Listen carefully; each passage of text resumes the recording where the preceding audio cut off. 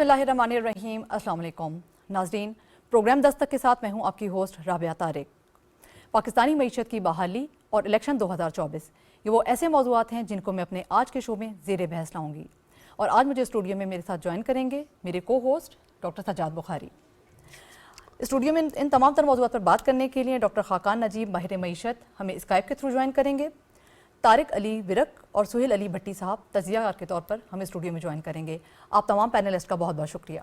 और बिल्कुल राबिया, आपने सही कहा, दो बड़े अहम मौज़ूआत हैं। मईशत जो कि हमारी इस जो इलेक्टोरल प्रोसेस है इसके लिए भी बहुत ज़्यादा अहम है, और मुल्क की जमहूरियत के लिए और डेमोक्रेटिक नॉर्म्स की जब हम बात करते हैं तो डेफिनेटली हमारे मुल्क का मुआशी इस्तेहकाम ही हमारे सियासी इस्तेहकाम की वजह बन सकता है। और बड़ी अहम डेवलपमेंट्स हुई हैं और हम इस पर बिल्कुल बात करेंगे। और सबसे पहले डॉक्टर खाकान नजीब साहब हमारे साथ मौजूद हैं, किसी तारुफ के मोहताज नहीं है, मुल्क के मुमताज़ माहिर माशियात हैं। डॉक्टर साहब बहुत बहुत शुक्रिया आपका।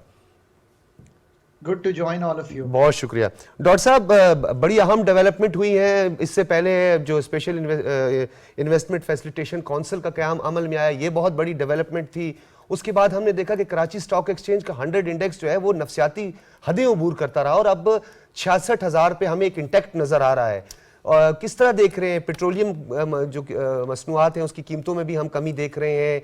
हम क्या कह सकते हैं कि पाकिस्तान अब मुआशी इस्तेहकाम की जानिब बड़ी तेज़ी से आगे बढ़ रहा है, और जितनी हमने जो मुश्किलात देखी हैं उसके बाद? बिस्मिल्लाहिर्रहमानिर्रहीम। सो ये कहना गलत नहीं होगा कि आपने एक अच्छा जायजा सामने रखा है। पाकिस्तान एक तो IMF के प्रोग्राम में जुलाई से सितंबर तक के टारगेट्स को मीट किया, प्रोग्राम को चला रहा है, ये एक बड़ी बात है। ये एक स्टैंड बाय अरेंजमेंट है जो 9 माह में पाकिस्तान की मदद करता है कि इसके फॉरेन एक्सचेंज रिजर्व जो हैं वो बिल्ड हों, पाकिस्तान का जो मालियाती खसारा है वो कम हो, पाकिस्तान के एनर्जी सेक्टर की जो बढ़ती हुई सर्कुलर डेट है उसको थोड़ी सी तकवीत मिले। तो ये सारे काम जो हैं करने की कोशिश की जा रही है। सो ये नंबर 1 जुज़ है इस वक्त जो आपको स्टेबिलिटी दिखाई दे रही है।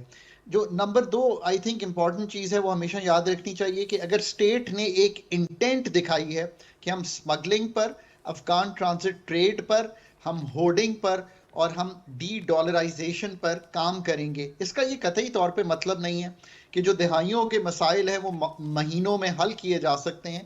पर intent of the state is a signal to investors कि हम ये काम करना चाहते हैं और उम्मीद रखते हैं कि हम रहेंगे। कुछ कामयाबी भी हुई है, डी डॉलराइजेशन हुई तो आपने देखा कि रुपए की जो जायरेशन या जिस तरह की रुपए की एबनॉर्मल मूवमेंट थी वो थोड़ी सी स्टेबल हो गई है। इसका एक बहुत बड़ा इम्पैक्ट ये है कि इसकी वजह से और जो इंटरनेशनल कीमत दुनिया में कम हुई कसाद बाजारी की वजह से, उससे आपने मेरे ख्याल है पहले 48 रुपए के करीब पेट्रोल पास किया था, फिर 13-14 रुपए कल किया। इसी तरह हाई स्पीड डीजल पहले 32 रुपए एक महीने में पास हुआ, फिर 14 रुपए पास हुआ। तो आप थोड़ा सा ये रिलीफ देने के काबिल बने। स्टॉक एक्सचेंज के बढ़ने के देखिए वजूहात जो हैं वो बड़ी क्लियर हैं। पाकिस्तान का स्टॉक एक्सचेंज 4 माह पहले डॉक्टर साहब ट्रीट कर रहा था पाकिस्तान को कि पाकिस्तान एक डिफॉल्ट लाइक सिचुएशन में है। ज़र मुबादला के ज़खायर 4 अरब डॉलर से नीचे चले गए थे और पाकिस्तान IMF के प्रोग्राम से बाहर आ चुका था। ये सब कुछ रिवर्स हो गया, तो अब वो इस तरह ट्रीट कर रहा है कि इनिशियल साइंस ऑफ स्टेबिलिटी जो हैं। अच्छा डॉक्टर साहब, ये बड़ा आपने एक अहम नुक्ता उठाया है, बल्कि मैं राबिया ये बड़ा एक इंपॉर्टेंट नुक्ता जो खाकान नजीब साहब ने उठाया है उस पर मैं चाहता हूँ आपसे एक और इस पर आपका जो है टेक लिया जाए। ये खास तौर पर SIFC और उसमें फिर आपने जो स्मगलिंग की रोकथाम और बॉर्डर मैनेजमेंट का जिक्र किया है, ये तमाम अवामिल जो है वो ट्रस्ट डेफिसिट का खात्मा करते हैं। आपको लगता है कि ट्रस्ट डेवलप हो रहे हैं और बैरूनी सरमायाकार जो हैं वो भी अब उनकी तवज्जो इस जानिब बढ़ी है? ये एक वजह है जो इसमें आपको एक्सचेंज रेट नजर आता है कि वो इंटैक्ट है, और हमारी स्टॉक एक्सचेंज, क्योंकि स्टॉक एक्सचेंज तो एक ट्रस्ट डेवलप हुआ होता है, तो ये उसकी निशानदेही है। जी देखिए, ऑफ कोर्स इन्वेस्टर्स तो तभी इन्वेस्ट करते हैं व्हेन दे हैव कंफर्ट, और उनका मेंटल मॉडल ये कह रहा होता है कि हम अपने पैसे अगर लगाएंगे तो उसमें से अगर कोई मुनाफा नहीं होगा तो वो डूब नहीं जाएंगे। सो ऑब्वियसली 40,000 से 67,000 का जो सफ़र है स्टॉक एक्सचेंज का, वन ऑफ द क्विकेस्ट है 2004 के बाद, शायद उससे भी अब आगे चला गया है, कि मार्केट जो है वो 60% जो है वो बढ़ गई है। This is a big gain and good luck to people. पैसे बनाना अच्छी चीज है, जायज पैसे बनाना उससे ज्यादा अच्छी चीज है। सो अगर लोगों ने पैसे बनाए, दूसरी चीज ये याद रखिए कि 2-3 डील्स ऐसी हुई हैं जो तकवीत देती हैं एसआईएफसी के नैरेटिव को कि पाकिस्तान को हमें as a destination for investment जरूर पिच करना चाहिए। पाकिस्तान में एतिसलात और पीटीसीएल की जो कॉम्बिनेशन है उसने टेलीनॉर को खरीदा। इससे एक कंसोलिडेशन हुई है आपके किस सेक्टर में? आपका जो सेक्टर है टेलीकॉम का। मेरा ख्याल है 108 अरब डॉलर की 8 अरब रुपए की 108 अरब रुपए की ये डील है। So good luck to people जिन्होंने ये खरीदा है। दो कंपटीशन कम होगा। इसी तरह एक और डील हुई जिसमें अरामको ने खरीदे हैं गो के एक मेजर शेयर।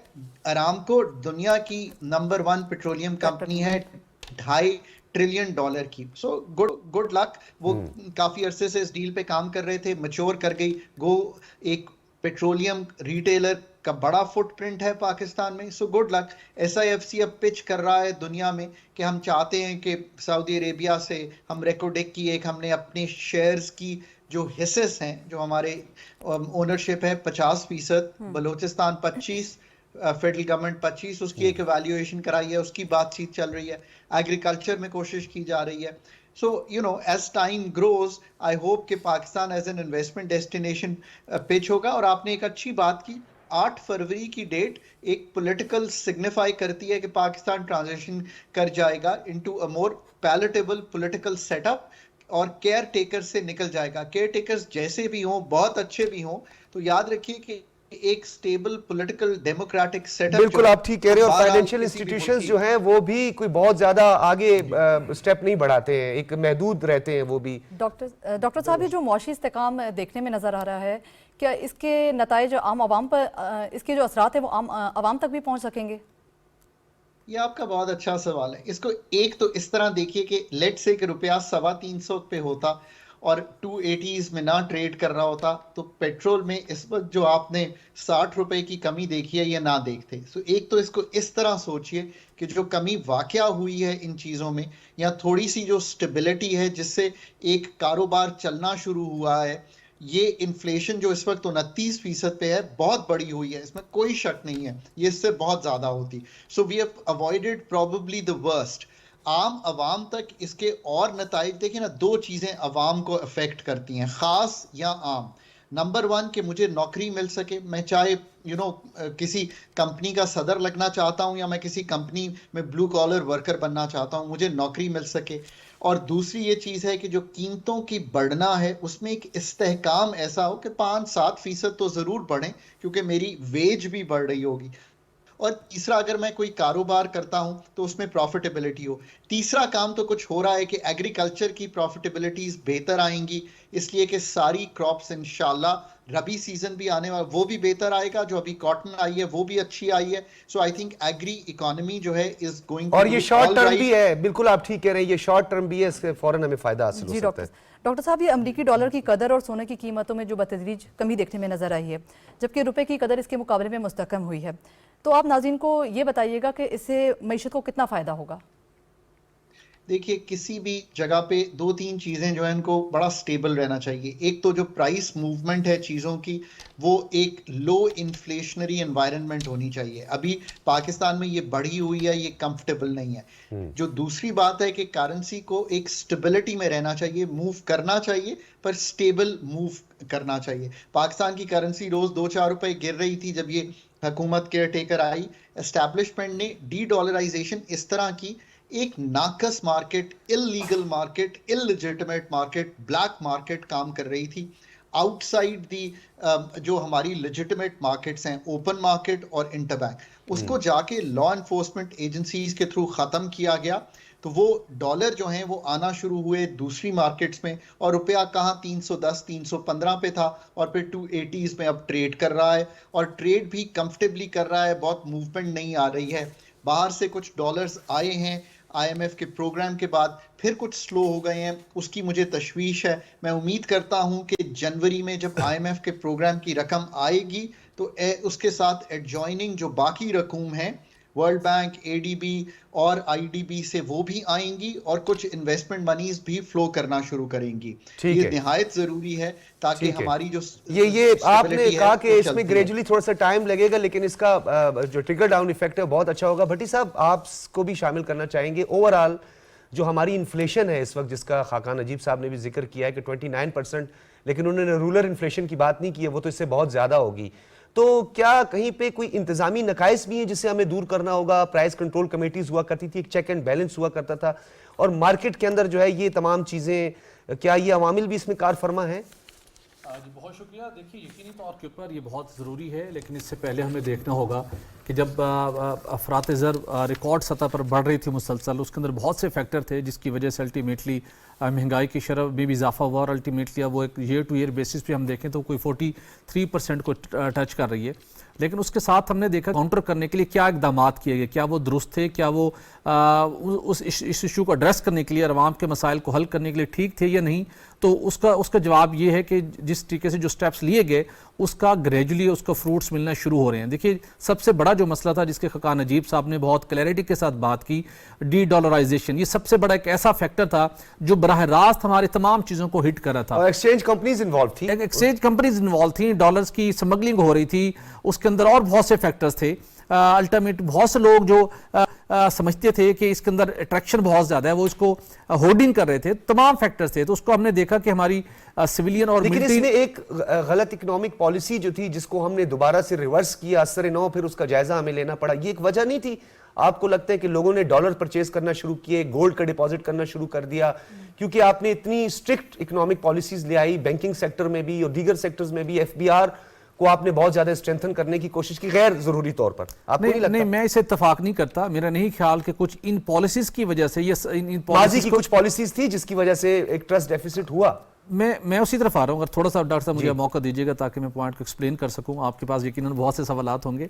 मसला ये कि वो उसका इतना ज़्यादा रोल नहीं था इस दौरान। जो एक बड़ा फैक्टर था, देखिए किसी भी मुल्क के अंदर इदारे होते हैं, उसको सिस्टम को बेहतर बनाने के लिए ऑन एंड ऑफ सख्त मेजर्स लिए जाते हैं और उसके अंदर फिर बेहतरी भी आती है। यहाँ पे माजरा क्या हुआ, यहाँ पे बदकिस्मती से माजरा ये हुआ कि जब एक तो पिछली गवर्नमेंट के कुछ अपनी उनकी गलत पॉलिसी थी, ये गवर्नेंस बेहतर नहीं थी, एक इशू वो था, इकोनॉमी प्रॉपर उस तरीके से परफॉर्म नहीं कर पा रही थी।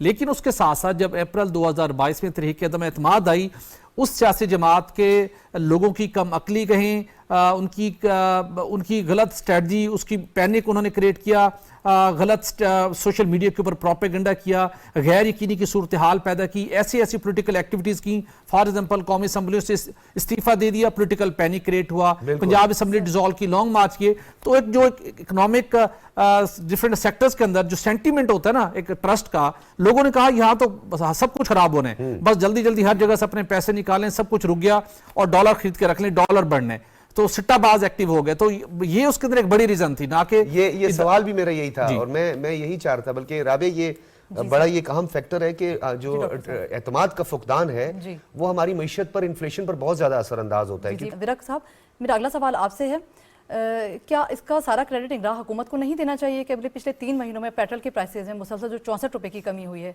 स्टॉक एक्सचेंज 66,000 की नफसियाती हद अबूर कर गया है, तो इसका सारा क्रेडिट हमें निगरान हुकूमत को देना चाहिए, क्योंकि ये सारी डेवलपमेंट पिछले 3 से 4 महीनों में नजर आई है?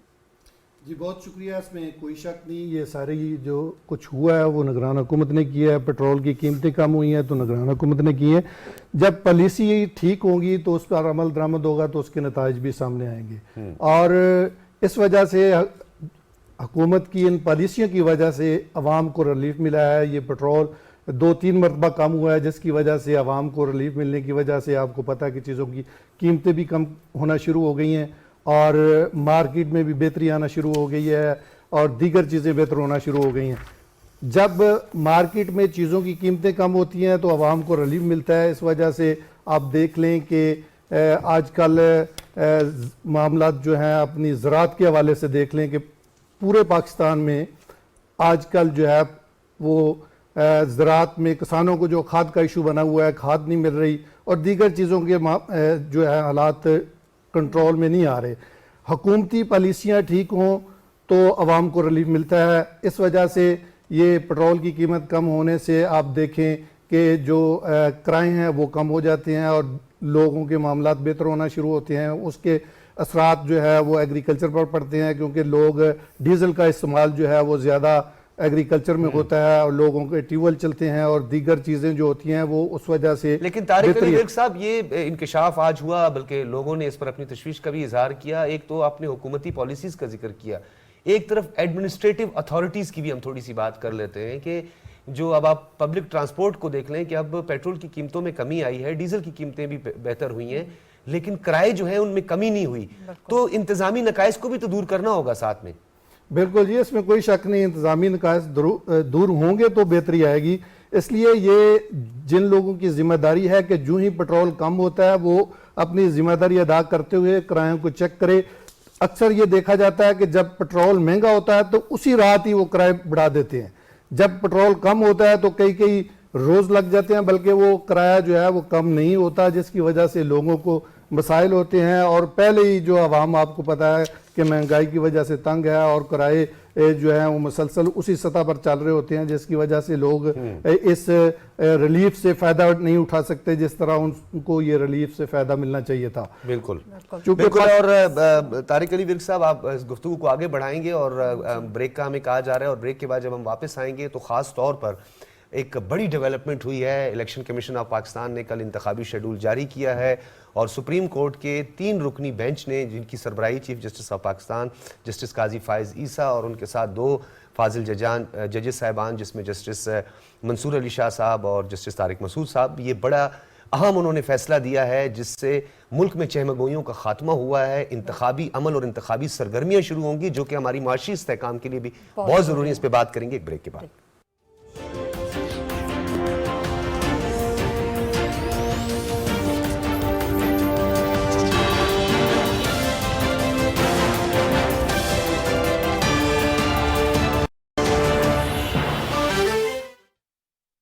लाहौर एंटरटेनमेंट सिटी, और वो भी घूम घुमा कर नहीं, मेन जीटी रोड पर।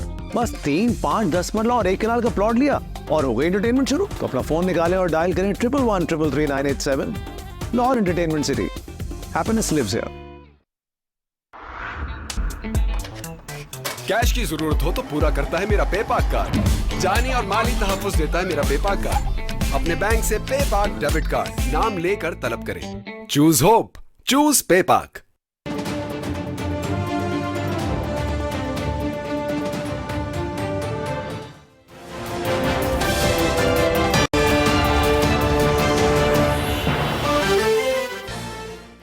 वेलकम बैक नाज़रीन। ब्रेक से पहले हम इलेक्शन के हवाले से बात कर रहे थे। भट्टी साहब, इलेक्शन से मुतालिक मैं आपसे सवाल पूछना चाहती हूँ। इलेक्शन 2024 के हवाले से सुप्रीम कोर्ट का जो कल बड़ा फैसला देखने में आया है, मुल्क में जमहूरी और सियासी इस्तेहकाम के लिए कितना बड़ा फैसला है? देखिए, ये जमहूरियत और पाकिस्तान में पोलिटिकल स्टेबिलिटी के लिए बहुत बड़ा फैसला है। और कुछ ऐसे सियासतदानों ने जो बज़ाहिर तौर को वो ये कोशिश कर रहे थे कि मुतालबा भी कर रहे थे कि जल्द अज जल्द इलेक्शन हो, लेकिन उनका हर वो स्टेप जिससे सियासी अमल मुतासिर हुआ, पास्ट के बात हम करें और फ्यूचर के अंदर भी जो उन्होंने स्टेप लेने की कोशिश की, उससे यकीनी तौर के ऊपर जो पूरा एक जमहूरी अमल था वो बुरी तरह से मुतासिर होना था। लेकिन हमें यकीनी तौर के ऊपर अप्रिशिएट करना होगा chief justice supreme court of Pakistan को, जिन्होंने इंतहाई कम वक्त होने के बावजूद मामले की नज़ाकत को समझा और इलेक्शन कमीशन ऑफ पाकिस्तान की अपील पर उन्होंने इस मामले को टेकअप किया और उसके बाद उन्होंने इस पूरी बात को क्लैरिटी के साथ किया, कौम के सामने रखा और उसकी लाइव इवन उसकी हियरिंग की लोगों को सुनने का मौका भी मिला। देखिए, ये वही सोच थी, ये वही अनासर थे जिन्होंने अप्रैल 2022 में उस वक्त भी जमहूरी अमल को सबोताज करने की कोशिश की। वो कैसे कि कौमी असम्बली से उन्होंने इस्तीफे दिए। ऑब्जेक्टिव क्या था कि सारे प्रोसेस को हम इसको बेबस कर दें, मफलूज कर दें, नाकाम हुए। उसके बाद उन्होंने लॉन्ग मार्च किया, गैर यकीनी की सियासी फ़ज़ा पैदा कर दी, फिर पंजाब असम्बली वक्त से पहले तहलील कर दी और आइनी बहरान पैदा कर दिया। उसके बाद खैबर पख्तूनख्वा की असम्बली को तहलील कर दिया गया और ये सारे वो स्टेप थे जिसका मकसद क्या था कि एक आइनी बहरान पैदा किया जाए, सियासी बहरान पैदा किया जाए और मुल्क की जो अल्टीमेटली उससे जो मौशी सूरत हाल थी वो बुरी तरह से मुतासर हुई, जिसके नतीजे में ये इन्फ्लेशन वक्त गुजरते वक्त के साथ साथ 42% तक पहुंची, जिसका भी हमने जिक्र किया। ये वही सोच थी, वही लोग थे जिन्होंने एक मरतबा फिर अपनी एक ऐसी अजीब मंतक की आड़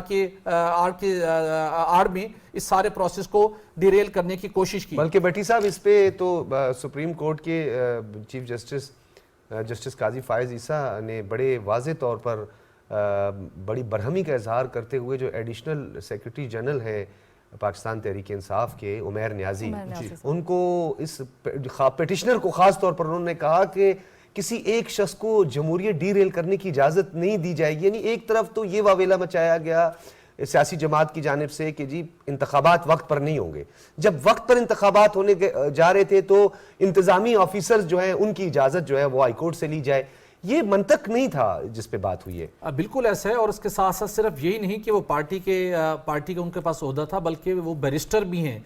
और ये सुप्रीम कोर्ट की मुअज़्ज़िज़ जज साहबान के लिए शॉकिंग था कि एक बैरिस्टर हैं, खुद कानून दान हैं, और इस उनकी जो पिटिशन थी जो हाई कोर्ट से जाकर उन्होंने इस्तदा की, जो फैसला लिया, उसकी क्या रिपरकशंस हैं, उसकी क्या इम्प्लीकेशंस होंगी, उनसे बैरिस्टर साहब, एक बैरिस्टर से तो कोई बेहतर नहीं जान सकता। लेकिन मकसद क्या था, इससे वाजे हुआ कि डेलिबरेटली ये अटैम्प्ट की गई ताकि सारे प्रोसेस को सबूताज किया जाए, और वो कोशिश नाकाम हो गए। इससे पहले क्या था, एक अलग प्रोपेगेंडा किया जा रहा था कि PMLN, पीपल्स पार्टी, जमीयत इस्लाम, ये जमातें जो इलेक्शन नहीं चाहती।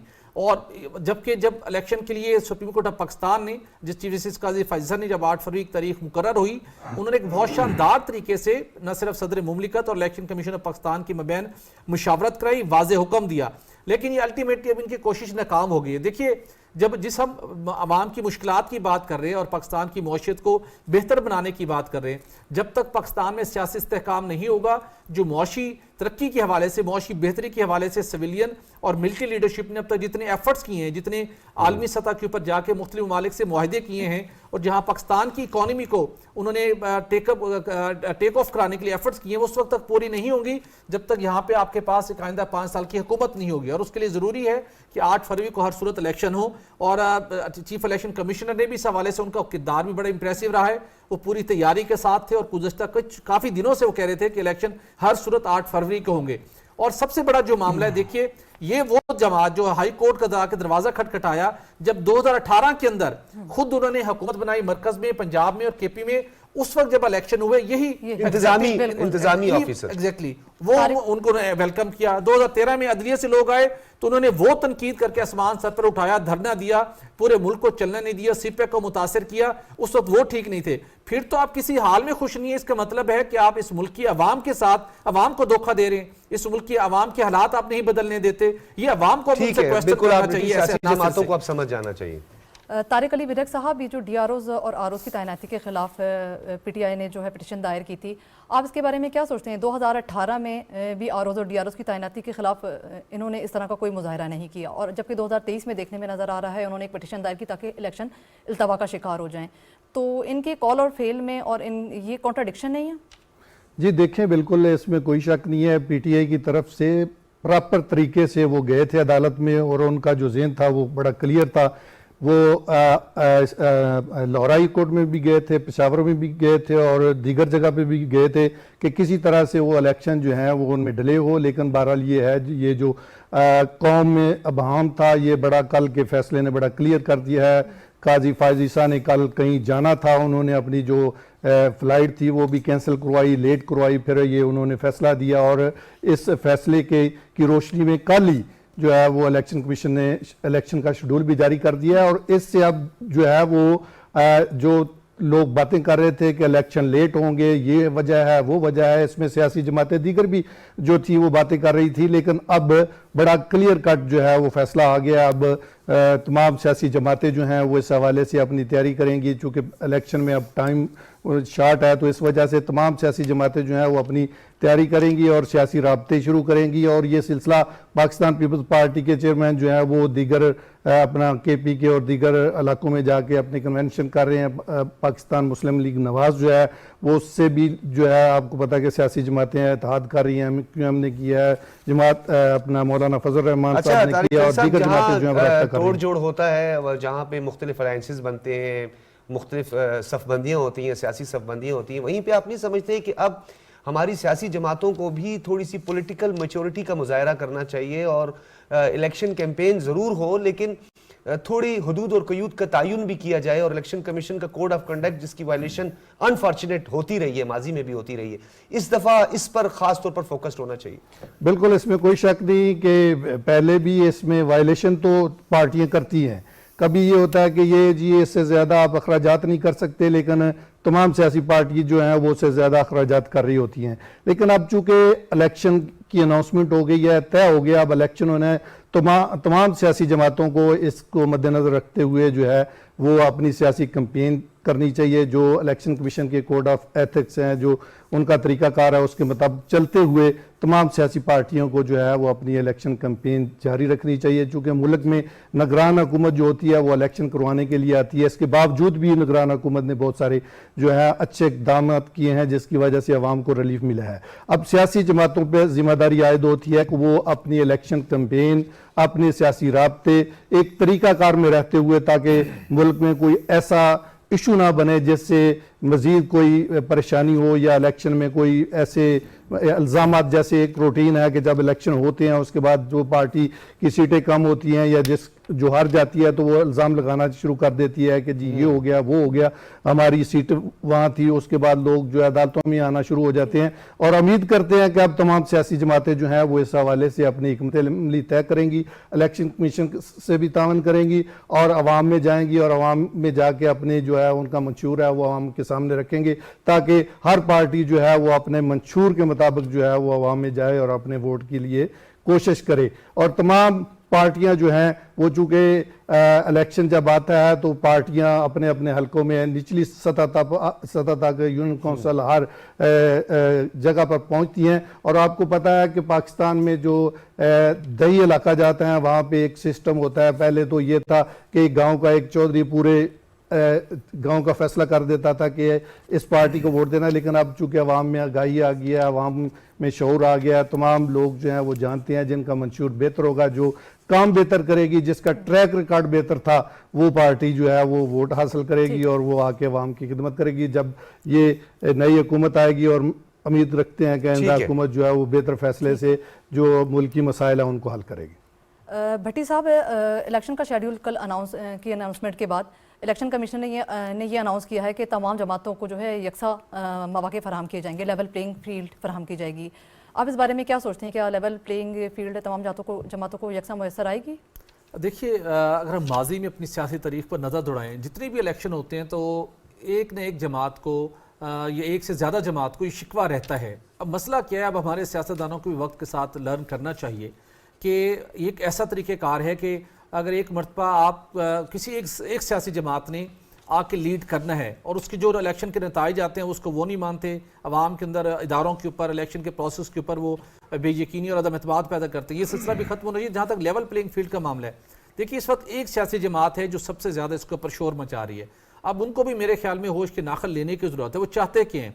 वो चाहते ये हैं कि उनकी वो मरकज़ी क़यादत जो संगीन तरीन नौइयत के केसेस में, दहशत गर्दी के केसेस में, रियासती इदारों पर हमलों करने के केसेस में, करप्शन के केसेस में गिरफ्तार है, वो चाहते हैं कि उनको भी खुल खेलने का मौका मिले। ऐसा नहीं हो सकता। वो ये चाहते हैं कि उनकी वो क़यादत जो संगीन मुकदमात में मतलूब है, इख्तियारी करार दिए जा चुके हैं, जिनके शनाख्ती कार्ड मनसूख किए जा चुके हैं, उनको भी कंपेन करने का उनको भरपूर तरीके से मौका मिलना चाहिए। ये अनफॉर्चुनेट है, ये बदकिस्मती है। माजी में हमारा एक पॉलिटिकल कल्चर है कि हम ब्लेम गेम पे ज़्यादा जो है वो डिपेंड करते हैं। पहले प्री पोल रिगिंग की बातें होती थी, फिर आरओ इलेक्शन की बातें हुई। ये टर्मिनोलॉजी जो है लेवल प्लेइंग फील्ड की जो अब इंट्रोड्यूस हुई है, थोड़ा क्या नहीं समझते आपके इस जमात को थोड़ी वजाहत भी करनी चाहिए कि लेवल प्लेइंग फील्ड क्या कह रहे हैं, क्या मतलब? मैं वजाहत कर देता हूँ। ये वजाहत नहीं करेंगे। ये कहते हैं कि हम इदारों के ऊपर हमलावर हों, हम मुल्क के कवानीन, मुल्क के आइन की खिलाफ वर्जी करें, संगीन खुली छूट के हमें मुलविस हों, उसके बावजूद भी अवाम को ज़बरदस्ती हमें ये मौका मिलना चाहिए, बाकी सबको जेलों में डाल दिया जाए और कहें कि सिर्फ और आपने इक़्तिदार करना। ऐसा नहीं हो सकता। देखिए, आपने 2 मरतबा खैबर पख्तूनख्वा के अंदर उस जमात ने हुकूमत की, मैं पाकिस्तान तहरीक इंसाफ की बात कर रहा हूँ, आपने उस सूबे का बेड़ा घर कर दिया। उसके बाद आपको पंजाब के अंदर मौका मिला, जिस किस्म के आपने वहाँ गवर्नेंस की एग्जाम्पल सेट की, करप्शन के नई दास्तानें रकम की, उसके बावजूद आपका ये इसरार करना कि नहीं सिर्फ मैं और किसी को मौका नहीं मिल सकता। अब अगर अवाम आपको मौका देंगे तो आपको लेना चाहिए। अगर अब आपको अवाम एक्सेप्ट नहीं करते तो फिर आप लेवल प्लेइंग फील्ड की आड़ में और कभी रिगिंग की आड़ में इस पूरे सिस्टम को उनको डैमेज नहीं करना चाहिए। उसके बाद सबसे पहले जो उनका मामला है, आप जो लेवल प्लेइंग फील्ड का मुतालबा करते हैं, उन्हें पहले अदालतों से रुजू करना पड़ेगा। वहां पे जो उनके ऊपर जिस निवेदित के केसेस हैं, सारी बात आप छोड़िए। आपको इलेक्शन कमीशन ऑफ पाकिस्तान ने कहा कि इंटर पार्टी इलेक्शन आपके पार्टी आइन के मुताबिक नहीं हुए, जाइए 20 दिन की मोहलत है, शफाफ अंदाज में करवाइए। और आपने जाके वो वहां पर एक और उसकी अपनी बदतरीन एग्जाम्पल सेट की, जिसके ऊपर पिलडैट के सरबराह ने क्वेश्चन रेज किए कि ये पार्टी के जो इलेक्शन हुए हैं, अगरचे कि बाकी पार्टियों के अंदर भी इंप्रूवमेंट लाने की जरूरत है, लेकिन जो इलेक्शन कमीशन की डायरेक्शन थी उसके मुताबिक पूरा नहीं उतरते। ये पूरा एक बड़ा ड्यूबियस किस्म का प्रोसेस हुआ। अब इलेक्शन कमीशन ऑफ पाकिस्तान उसको जब ये उसके बल्ले के निशान को या उस प्रोसेस को नहीं मानेगा तो बल्ले का निशान नहीं मिलेगा, तो फिर ये आसमान को सर पे उठाएंगे। तो इनको अपना घर ठीक करना पड़ेगा, अपनी पॉलिटिकल स्ट्रेटजी ठीक करनी पड़ेगी, अपनी पॉलिटिकल विजडम को ठीक करना पड़ेगा। अगर आपने इस पॉलिटिकल प्रोसेस का हिस्सा बनना है, सिर्फ इल्जाम तराशियों से अवाम में नफरत पैदा करके, अवाम में तकसीम पैदा करके, इंतकामी लबो लहजा इख्तियार करके आप दोबारा वापस नहीं आ सकते। कानून के मुताबिक पहले आपने अदालतों का सामना करना है, वहां पे सजा जजा का फैसला होगा। उसके बाद जो वहां से बरी होते हैं अवाम के पास जाएं, अवाम जिसको मुंतखिब करेगी उसको मौका मिलेगा। अच्छा, अभी तो इंतखाबी अमल भी नहीं हुआ, मतलब कबल अज वक्त जो है वो इतनी तशवीश का इजहार करना, कबल अज वक्त जो है वो प्रिडिक्शन। एक तो बदकिस्मती हमारी सियासत में अभी ये नजूमी अंसर भी बहुत ज्यादा आ गए, पहले से प्रिडिक्ट कर देते हैं कि जी ये होने वाला है और ये हो जाएगा। कबल अज वक्त इस तरह की चेमगोइयों से आप नहीं समझते कि गुरेज करना चाहिए सियासी जमातों को? वक्त का इंतजार करें, इलेक्शन कैंपेन करें, जब इंतखाबात होंगे और इंतखाबात वाले दिन इलेक्शन कमीशन ने जो बाकायदा ऐलान कर दिया कि सबको बराबर के मौके दिए जाएंगे। डॉक्टर साहब बिल्कुल आपने दुरुस्त कहा, बिल्कुल उनको अवॉइड करना चाहिए। और देखिए, जब भी आप इलेक्शन का माहौल बनता है, इलेक्शन कैंपेन में जाते हैं, दो चीजें हर एक सियासी जमात अवाम के सामने रखती है, अपना मंशूर, और अगर कोई ऐसी जमात जो पहले इक़्तिदार में आ चुकी है, वो मरकज की सतह पे हो या सूबाई सतह पे हो, वो बताते हैं कि हमारे ये एक अजीम कारनामे हैं, हमने उस सूबे की, उस मुल्क की अवाम के लिए हमने ये खिदमात सर अंजाम दी हैं, हमारा ये बेहतरीन ट्रैक रिकॉर्ड है, आए अवाम हमें एक मरतबा दोबारा मौका दें। अगर पाकिस्तान तहरीक इंसाफ के पास अपना माजी का ट्रैक रिकॉर्ड इतना आउटस्टैंडिंग है, उनके लोग जाएंगे, जाके बताएं कि हमने ये कारनामे सर अंजाम दिए, बताएं कि हम करप्शन में इन्वॉल्व नहीं थे, हमने रियासती इदारों पर हमले नहीं किए, तो शखाना सिताइफ हमने नहीं लिए, हम अदालतों से बरी हो गए तो अवाम आपको मौका देंगे, और जब हम हुकूमत में थे तो हमने ये कारनामे सर अंजाम दिए। आपने अवाम को ये बताना है और मुस्तकबिल का आपने अपने रोड मैप देना है। वो जिसके पास होगा, अवाम जिसके ऊपर बिलीव करेंगे, अवाम उसको मौका देंगी। तो इसी मकसद के इलेक्शन आज जब कैंपेन होती है तो उस स्टेज पे आपने यही जाके अवाम में रियलाइज करवा के अपने वोट हासिल करने होते हैं। बिल्कुल ठीक। तारिक अली विरक साहब, आप ये बताएं कि इलेक्शन शेड्यूल के अनाउंसमेंट के बाद इलेक्शन की गहमा गहमी शुरू देखने में नजर आ रही है और अब सियासी जोड़ तोड़ भी शुरू हो गया है, आप इसको किस एंगल से देखते हैं? और दूसरा सवाल मेरा यह है कि सर, नून लीग को आखिरकार पंजाब में सीट एडजस्टमेंट की ऐसी क्या ज़रूरत पड़ गई? देखिए जी, सीट एडजस्टमेंट के हवाले से चूँकि आपको पता है कि जब मियां नवाज शरीफ को जो है वो उन पर मुकदमात बने, वो बाहर चले गए और नून लीग के ख़िलाफ़ जो है भरपूर तरीके से कैंपेन चलाई गई। आपको पता है सोशल मीडिया पे पीटीआई की हुकूमत की तरफ से, पीटीआई के वर्कर की तरफ से उन पर जो है वो मुकदमात भी बनाए गए, उनके खिलाफ कैंपेन चलाई गई, सोशल मीडिया पे इस तरह की कैंपेन चलाई गई। पहले तारीख में आज तक पाकिस्तान में ऐसे नहीं हुआ कि किसी जमात के खिलाफ इस लेवल पे जाके कैंपेन जो चलाई गई हो। तो लेकिन अब चूँकि वो भी अब मैदान में है, भरपूर तरीके से नून लीग की क़यादत भी मौजूद है, मियां नवाज शरीफ साहब भी आ गए हैं और जोड़ तोड़ तो उनके जारी हैं, लेकिन वो सियासत को समझते हैं।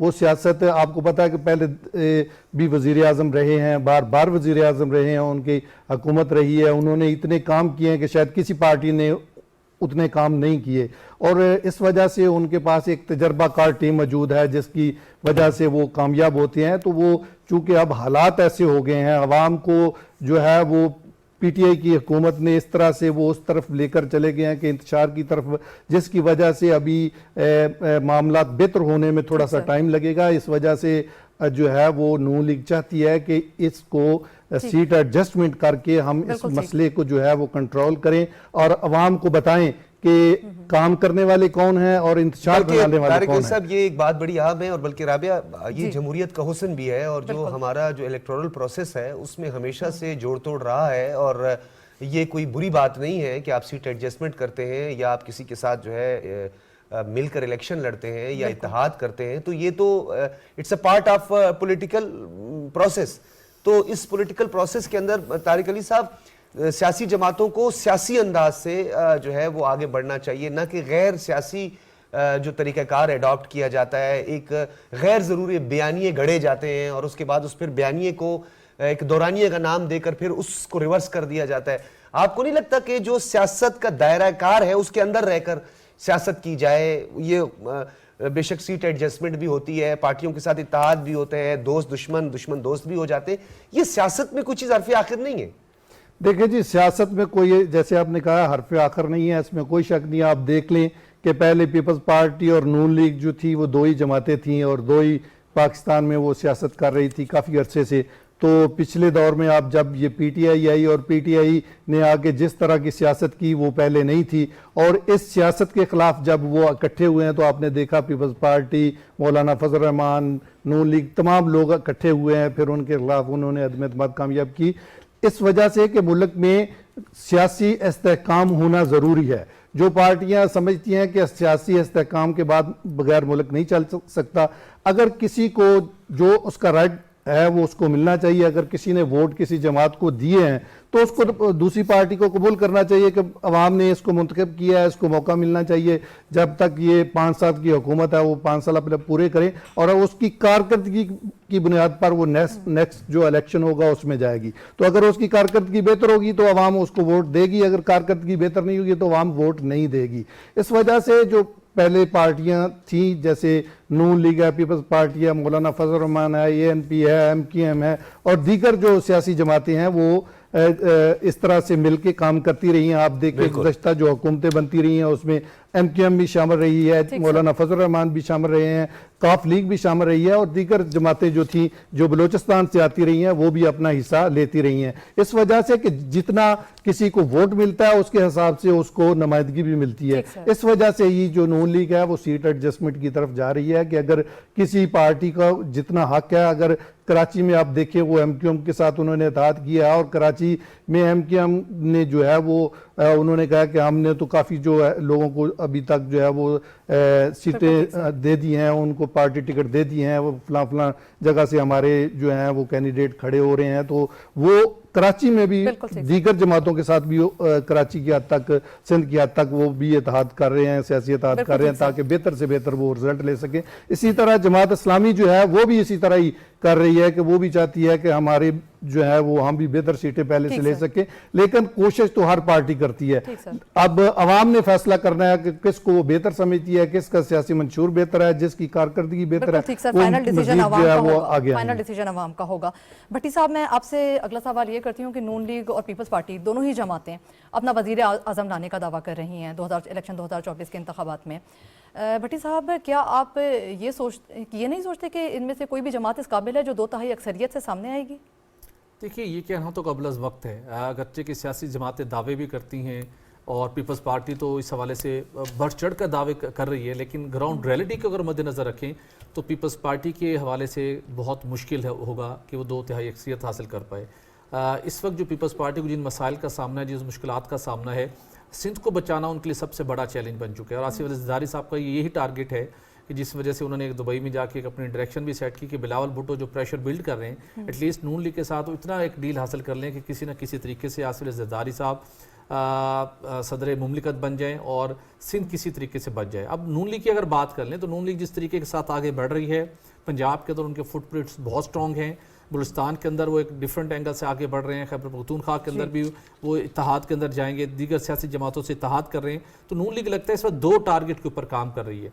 उनका पहला जो टारगेट है, जिस तरह में निवासी वतन वापस आए तो उन्होंने कहा जी अब इंतकाम की सियासत नहीं होगी, उन्होंने मफाहमत की बात की और उनकी कोशिश ये है कि वो अगले जो 5 साल है बहुत क्रिटिकल है मुल्क के लिए, तो यहाँ पर सियासी धींगा मुश्ती ना हो बल्कि मफाहमत हो और उसके लिए अगर कौमी हुकूमत भी बनती है तो उसमें कोई कबाहत नहीं होगी। अच्छा, एक और चीज़ भी भट्टी साहब, बल्कि राबिया शायद बहुत सारे लोग इस बात से इत्तफाक भी करते हैं, कुछ मुबस्सरीन पाकिस्तान के हवाले से जब बात करते हैं तो ये बात बड़ी आम की जाती है कि पाकिस्तान में जो वोटर है, भट्टी साहब ये सवाल भी इसे आप समझ लें कि पाकिस्तान का जो वोटर है वो बाज़ औक़ात जो है वो बैलेट बॉक्स पे जाके फैसला करता है। कुछ भी कहना कबल अज़ वक्त होता है कि किस सियासी जमात को किस तरह का मैंडेट मिल सकता है। आपको याद होगा मुस्तफ़ा कमाल के हवाले से बड़ी बातें होती थी, सारे एनालिसिस जो है वो दरे के दरे रह गए। इस तरह चौधरी निसार अली ख़ान जो साबिक वफाकी वज़ीर दाखिला भी रह चुके हैं, नून लीग के साथ अरसे दराज से वो जुड़े रहे हैं उनके बारे में भी लोग इसी तरह की बात करते थे, लेकिन वो जो हशर हुआ तो इसका मतलब तो ये है कि हमारे जो वोटर है उसके बारे में कुछ भी कहना कबल अज़ वक्त है। बिल्कुल ऐसा है। और शुरू में तारिक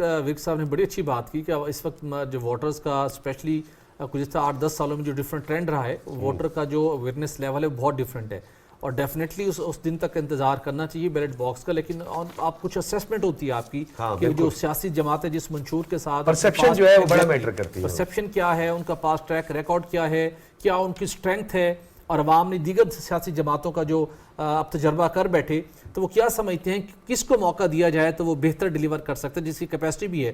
तो उस कॉन्टेक्स्ट के अंदर हम बात करें तो नून लीग पहला ऑप्शन तो ये कि सबको साथ लेकर चलना चाहते हैं और मुमकिन तौर के ऊपर अगर कौमी हुकूमत और पॉलिटिक्स पे जो है वो Exactly. बंद गली की तरफ जाना भी नहीं चाहिए, क्योंकि सियासत एक फ्लेक्सिबिलिटी का नाम है, गिव एंड टेक का नाम है, दुश्मनी नहीं होती इसमें मुस्तकिल, ना ही दोस्ती मुस्तकिल होती है। तो इन लेकिन जो तमाम सियासी जोड़ तोड़ हैं वो किसी तरफ इशारा देते हैं। बिल्कुल बिल्कुल। और अब हम आपका वोटर किस तरफ जाएगा? बिल्कुल राबिया, अब हम कंक्लूड करते हैं और बहुत बहुत शुक्रिया आपका तारिक अली विर्क साहब, डॉक्टर खाकान नजीब साहब ने भी हमें ज्वाइन किया था और माशी अहदाफ के हुसूल के हवाले जो निगरान हुकूमत की कारकर्दगी है उनको सराहा है खाकान नजीब साहब ने और उनका प्रिडिक्ट किया है उन्होंने कि आने वाले दिनों में माशी इस्तेहकाम भी आएगा।